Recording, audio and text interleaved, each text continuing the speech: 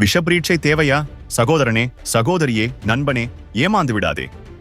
பட்டதெல்லாம் போதும், படுவதற்கு இனி ஒன்றுமில்லை. சிந்திப்பதற்கு நிறையவே இருக்கிறது. உணர்ச்சி வசப்பட ஒன்றுமில்லை. மாற்றம் என்றும் மாமூல் என்றும் கதை கதையாய் கூறுவார்கள். அனுபவமே சிறந்த பாடம் என்பதை நாம் அறியாதவர்களா? காலாதிகாலமாக தேர்தல் வந்தால் பொய்மூட்டையுடன் வாசல்படி ஏறும் வஞ்சகர்களிடம் கவனமாக இரு. காலாதிகாலமாக மாறி மாறி நாம் இவர்களுக்குத்தான் வாக்களித்தோம்.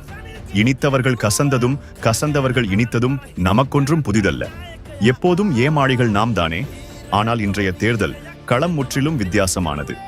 வாழ்விற்கும் சாவிற்கும் இடையில் நடக்கும் போட்டி இது. அதனால்தான் சொல்கிறேன், நிதானமாக முடிவு செய். உணர்ச்சி வசப்படாதே. 2 வருடங்களுக்கு முன்னர் சண்டாளர்களால் நாம் வீதி வீதியாய் அலைந்ததை மறந்துவிடாதே. ஒருவேளை சோற்றிற்கு சிங்கி அடித்ததை நினைத்துப்பார். பணம் இருந்தும் வாழ முடியாமல் திண்டாடியதை நினைத்துப்பார். ஏழையாய் தொழில் இழந்து பிச்சையும் எடுக்க முடியாமல் திண்டாடியதை நினைத்துப்பார். டொலர் இல்லை என்றும் இனி அது 1000 ரூபாவாகிவிடும் என்றும் நாடு திவாலாகிவிட்டது என்றும் நாம் தானே கூறினோம். ஆக குறைந்தது 10 வருடங்கள் செல்லும் என்று ஆப்பிரிக்க நாடுகளை உதாரணமாக காட்டியதும் நாம் தானே. மனிதனை மனிதன் உண்பான் என்றதும் நாம் தானே. அங்கர் பால்மா இனி வராது, சீனி 1000 ரூபாவாகிவிடும் என்றதும் நாம் தானே. வாகனங்கள் இனியோடாது, நாடான் கடைக்கே அதனை கொடுக்க வேண்டும். பெட்ரோல் மருந்துக்கும் இனி இல்லை என்றும் அது ஒருவேளை வந்தால் லிட்டர் 2000 ஆகிவிடும் என்றதும் நாம் தானே. எத்தனை ஆயிரம் கொடுத்தாலும் ஒரு சிலிண்டர் கேஷ் வாங்க நாட்கணக்கில் வரிசையில் நின்றதும் நாம் தானே. பொருட்களுக்காக வரிசையில் நாட்கணக்கில் நின்று பலுயிர்கள் போனதை மறந்துவிட்டோமா? வைத்தியசாலைகளில் பணம் கொடுத்தாவது மாத்திரைகள் வாங்க நாட்டில் மருந்து மாத்திரைகள் இல்லாமல் போன உயிர்களை மறந்துவிட்டோமா?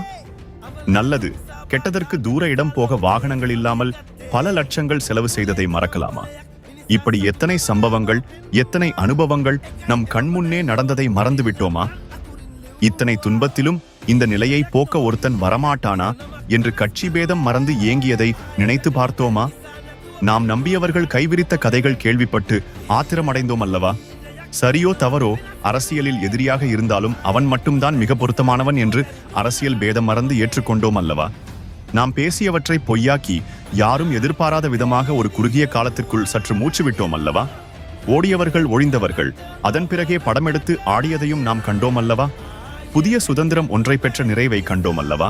இன்று தேர்தல் ஒன்றை எதிர்கொள்ளும் நிலை கூட அவனால் தான் ஏற்பட்டது அல்லவா? இந்நிலை நிரந்தரமானது அல்ல என்பதை நாம் இன்னும் அறியாமலாயிருக்கின்றோமே. அரசியல் தீர்மானங்களில் எத்தனை முறை நாம் பிழை செய்திருக்கின்றோம்.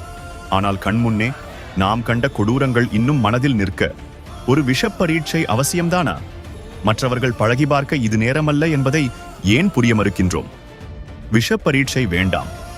நிலையான ஒரு தீர்வுக்காக மனசாட்சியுடன் தேர்தலில் வாக்களிப்பதால் ஒன்றும் குறைந்துவிடப் போவதில்லையே.